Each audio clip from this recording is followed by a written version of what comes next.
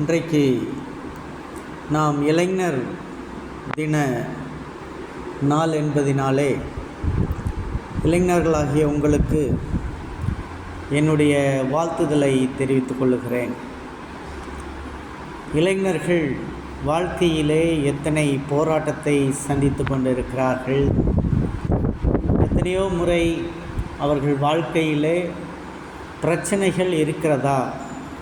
இளைஞர்கள் வாழ்க்கையிலே பிரச்சனைகளை சந்திப்பது என்பது பல நேரங்களில் அவர்கள் கவலையுற்று போகிறார்கள் என்பதுதான் உண்மையாக இருக்கிறது. இளைஞர்கள் சந்திக்கும் பிரச்சனையை குறித்து இந்த நாளிலே நான் உங்களிடத்தில் பேசலாம் என்று இருக்கிறேன். முதலாவது காரியம், இளைஞர்கள் சந்திக்கிற முக்கியமான பிரச்சனை, when the youngsters are facing problems, their life, their future, அவர்களுடைய வாழ்க்கையிலே அவர்கள் சந்திக்கும் பிரச்சனைகள் எப்படியெல்லாம் அவர்கள் அதிலே போராடுகிறார்கள் என்பதை இந்த இளைஞர் தினத்தில் நான் உங்கள் மத்தியிலே சொல்ல விரும்புகிறேன். முதலாவது காரியம், லவ் பிஃபோர் வெட்டிங். திருமணத்துக்கு முன்பாக காதல் வயப்படுவது தான் முதல் பிரச்சனையாக இருக்கிறது. இன்றைக்கு இளைஞர்களுக்கு திருமணத்திற்கு முன்பாக அவர்கள் காதல் வயப்படுவது முக்கியமான ஒரு பிரச்சனையாக இருக்கிறது. அவர்கள் காதல் வயப்படுகிறார்கள், அதிலே விழுந்து விடுகிறார்கள், சரிவர படிக்க முடியவில்லை, பெற்றோர்களையெல்லாம் வெறுக்கிறார்கள், அப்பா அம்மா சகோதரன் என்பதை எல்லாம் வெறுக்கிறார்கள். எந்த ஒரு குழந்தைக்கு தகப்பனின் அன்பு சரியாய் கிடைக்கவில்லையோ, தாயின் அன்பு சரியாய் கிடைக்கவில்லையோ, சகோதரர்களின் அன்பு சரியாய் கிடைக்கவில்லையோ, சகோதரிகளின் அன்பு சரியாய் கிடைக்கவில்லையோ, அந்த பிள்ளை திருமணத்துக்கு முன்பாகவே காதல் வயப்படுகிறாள் என்பதைத்தான் நாம் இளைஞர்களிலே பார்க்கிறோம். இளைஞர்கள் இவ்விதமான பிரச்சனைகளை மேற்கொள்ளும் பொழுது அவர்கள் வாழ்க்கை முழுவதும் கஷ்டப்படுகிறவர்களாக, அவர்கள் வாழ்க்கை முழுவதும் போராடுகிறவர்களாய் மாறிவிடுகிறதை நாம் பார்க்கிறோம். ஆகவே படிக்கின்ற நேரங்களில் படிப்பில் மட்டும் கவனம் செலுத்தி அவர்கள் தங்கள் வாழ்க்கையை எடுத்துக்கொண்டார்கள் என்று சொன்னால், இந்த இளைஞர் தினத்திலே இளைஞர்கள் ஒரு வளமான எதிர்காலத்தை அவர்களால் கொண்டு வர முடியும். அநேக நேரங்களில் இளைஞர்களுக்கு வருகின்ற பிரச்சனை என்று பார்க்கும் பொழுது, கல்லூரியில் படிக்கும் மாணவ மாணவியர்கள் படிப்பு புரியவில்லை, ஐ am not able to understand என்ற ஒரு வார்த்தை அவர்களுக்கு இருக்கிறது. அந்த வார்த்தையின்படி எனக்கு படிப்பு ஏறவில்லை, மண்டையில் படிப்பு ஏறவில்லை, படிப்பு புரியவில்லை என்று சொல்லுவார்கள். சில சப்ஜெக்ட் எனக்கு பிடிக்கல, சிலர் சொல்லுவார்கள் எனக்கு ஆங்கிலம் பிடிக்காது, எனக்கு தமிழ் சப்ஜெக்ட் டஃப்பாக இருக்கிறது, மேக்ஸு டஃப்பாக இருக்கிறது, எனக்கு சயின்ஸு டஃப்பாக இருக்கிறது என்று சொல்லுவார்கள் பள்ளியில் படிக்கும் இளைஞர்கள் பிள்ளைகள். அதே நேரம் கல்லூரியில் படிப்பவர்கள் அவர்களுடைய ஸ்பெஷல் சப்ஜெக்டை எடுத்துக்கொண்டு அந்த சப்ஜெக்ட் பிடிக்கவில்லை என்று சொல்லுவார்கள். மருத்துவ கல்லூரியில் படிக்கும் பிள்ளைகள் சில நேரங்களில் அவர்கள் சொல்லும் பொழுது எங்களுக்கு அனாட்டமி பிடிக்கவில்லை, ஃபிசியாலஜி பிடிக்கவில்லை, பயோகெமிஸ்ட்ரி டஃப்பாக இருக்கிறது என்று நிறைய நேரங்களில் பிள்ளைகள் சொல்லுகிறதை நாம் பார்க்கிறோம். இவையெல்லாம் இளைஞர்கள் சந்திக்கும் போராட்டங்களில் ஒன்று. ஆனால் இவை எப்படியெல்லாம் அவர்கள் ஓவர் கம் பண்ண முடியும், இந்த பிரச்சனைகளிலிருந்து அவர்கள் எப்படி ஓவர் கம் பண்ண முடியும் அப்படின்னு சொல்லி பார்க்குறோம். நிறைய நேரங்களில் சில சப்ஜெக்ட் அவங்களுக்கு ஒரு ரவுண்டுக்குள்ளே கிடக்கும். இந்த சப்ஜெக்டாக எனக்கு ஆகாது, இந்த சப்ஜெக்ட்லாம் எனக்கு அதிலிருந்து நான் வெற்றி பெறுவது கொஞ்சம் கடினம் என்று சொல்லுகிறதை நாம் பார்க்கிறோம். பிள்ளைகள் இப்படி இளைஞர்கள் பல பிரச்சனைகளை சந்திக்கிறதை நாம் பார்க்கிறோம். அதே போல் சில பிள்ளைகளுக்கு படிப்புக்காக கடன் வாங்குகிறார்கள் பெற்றோர்கள். படிப்புக்காக கடன் வாங்குவார்கள், பிறகு பேங்க்கில் மோர்ட்கேஜ் வச்சு லோன் எடுப்பார்கள், வீட்டையோ எதையாவது வச்சு லோன் எடுப்பார்கள். அந்த குழந்தை படிக்கும்போது பயங்கர கவலைப்படும், என் தந்தைக்கு இவ்வளவு லோன் இருக்கிறது, படித்து முடித்த பிறகு நான் அடைக்க வேண்டும் என்ற ஒரு கட்டாயத்தை பெற்றோர்கள் தள்ளும் பொழுது பிள்ளைகள் அதை யோசிப்பார்கள், நான் என்ன செய்வேன், இந்த இந்த லோனை எல்லாம் நான் எப்படி கட்டுவேன், இந்த லோனுக்குள்ளே நான் எப்படி மீண்டு வருவேன் அப்படின்னு சொல்லி பிள்ளைகள் யோசித்து கொண்டு இருப்பார்கள். ஃபீஸ் கட்டணுமே, எனக்கு பணம் இல்லையே, இதெல்லாம் இளைஞர்களுக்கு வரக்கூடிய பிரச்சனைகள். இன்றைய இளைஞர்கள், வாலிபர்கள் பிரச்சனையே இல்லாமல் இருப்பார்கள் என்று நினைத்து விட வேண்டாம். பெற்றோர்கள் நினைப்பார்கள் எங்களுக்கு தான் பிரச்சனை இருக்கிறது என்று. ஆனால் இளைஞர்களுக்கு பிரச்சனை உண்டு. இளைஞர்களுக்கு அடுத்தடுத்து என்ன பிரச்சனை, அடுத்து என்ன செய்யணும், பிரச்சனை இருக்கிறது. இளைஞர்கள் சந்திக்கின்ற பிரச்சனைகள் இருக்கிறது. டியூட்டிக்கு அடுத்து போகிறாங்க. டியூட்டிக்கு போகும்போது என்ன ஒன்றா போடுவாங்களா தனியாக போடுவாங்களா, பிரச்சனை இருக்குது. There is a problem. இங்கே நம்ம ஃப்ரெண்ட்ஸாகவே இருந்துட்டோம், டியூட்டிக்கு போகும்போது நம்மளை தனியாக்கிடுவாங்களா ஒன்றா போடுவாங்களா, என் ஃப்ரெண்டோடு போட்டால் எனக்கு நல்லா இருக்குமே என்று சொல்லுகிற பிரச்சனைகள். இவ்விதமான பிரச்சனைகள் நிறைய நேரங்களில் இளைஞர்களை வாட்டுகிறதை நாம் பார்க்கிறோம். படித்து முடித்த பிற்பாடு நான் எப்படி இந்த லோனை கட்டுவேன், இத்தனை லட்சம் ரூபாய் இருக்கு, இந்த பணத்தை என்னால் எப்படி கட்ட முடியும்? Put your faith to God. உங்களுடைய நம்பிக்கையை இயேசுவின் மேல் வையுங்கள். கவலைப்பட்டு கொண்டு இருக்காதீர்கள். இப்பொழுது என்ன செய்ய வேண்டுமோ அதை சரியாய் செய்யுங்கள். இப்பொழுது உங்கள் படிப்பிலே கவனம் செலுத்துங்கள். உங்களுடைய படிப்பிலே கவனம் செலுத்தி படிப்பை வெற்றிகரமாய் முடியுங்கள். பிறகு நீங்கள் லோனை எப்படி கட்டலாம் என்ற தீர்மானத்தை அப்போது எடுத்து விடலாம். அதற்கு இப்பொழுதே நீங்கள் கவலைப்பட்டீர்கள் என்றால் படிப்பில் உங்களுடைய மதிப்பெண்கள் குறைந்துவிடும். ஸோ படிப்பில் நீங்கள் மதிப்பெண்ணை குறையிறதுக்கு மெயின் காரணம் இதுதான். அதனால் இளைஞர்கள் இன்றைக்கு சந்திக்கிற பிரச்சனை இது இன்றைக்கு பெருசாக இருக்கிறது. பணம் ஒரு பெரிய பிரச்சனை. ஃபீஸ் கட்ட முடியல. கல்லூரியில் ஃபீஸ் டேட் அறிவிச்சிட்டாங்க, அந்த டேட்டுக்குள்ளே என்னால் ஃபீஸ் கட்ட முடியல. வெளிநாட்டில் படிக்கும் இளைஞர்களுக்கு நிறைய பிரச்சனை உண்டு. இங்கே வீட்டிலேருந்து கஷ்டப்பட்டு வெளிநாடுகளில் படிக்க வைப்பார்கள். பெற்றோர்கள் தங்கள் திராணிக்கு மேலாக செலவழித்து படிக்க வைப்பார்கள்.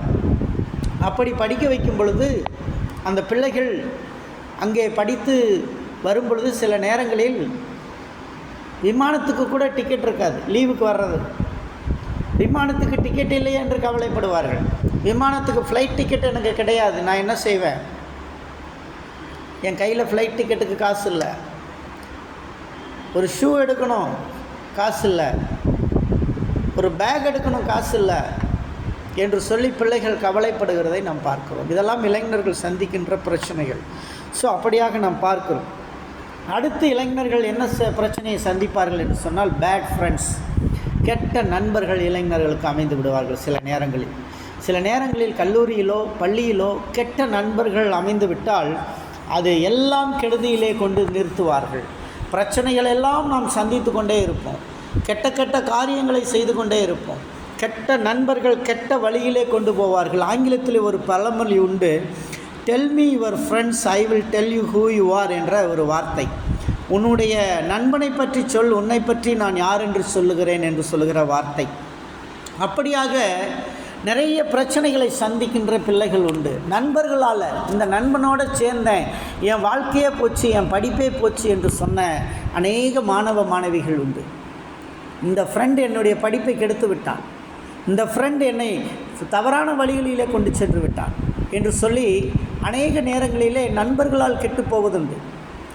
நான் கல்லூரியில், இன்ஜினியரிங் கல்லூரியில் 1ஆம் ஆண்டு போய் சேர்ந்த பொழுது அங்கிருந்த மாணவர்கள் எல்லாம் கெட்ட வார்த்தை பேசுகிறார்கள். அவர்கள் வாயிலிருந்து வந்தாலே கெட்ட வார்த்தை வருகிறது. ஒருத்தனை கூப்பிட்றதா இருந்தால் கூட கெட்ட வார்த்தை சொல்லி தான் கூப்பிட்றான். அப்படி தான் இருக்கிறான்.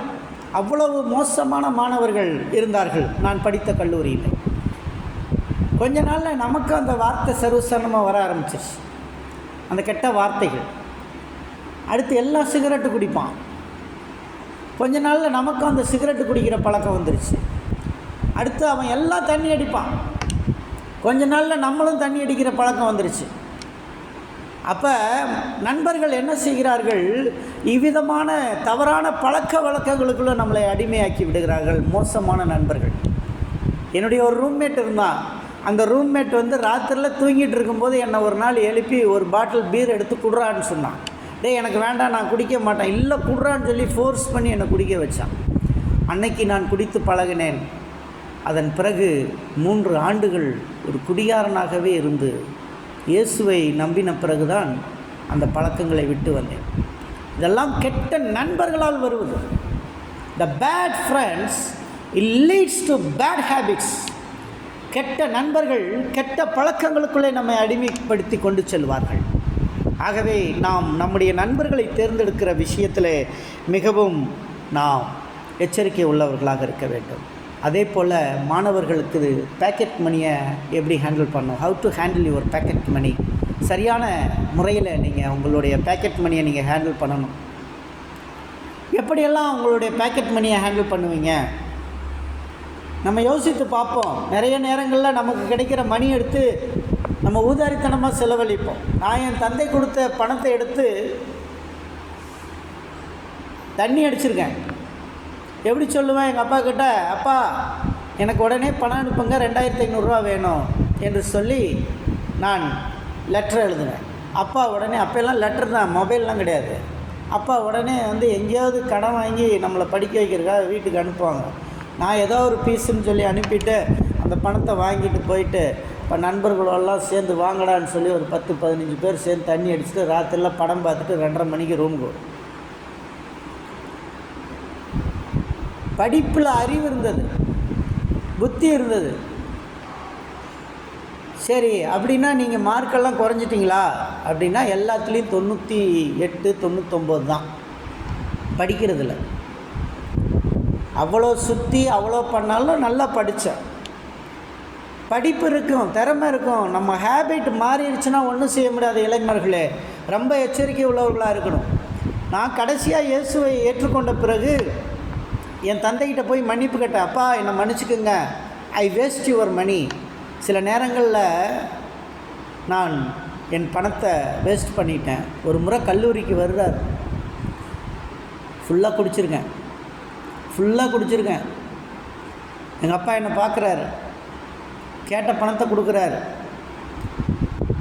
அவருக்கு தெரிஞ்சிருக்கோம் நான் குடிச்சிருக்கேன் அப்படின்னு.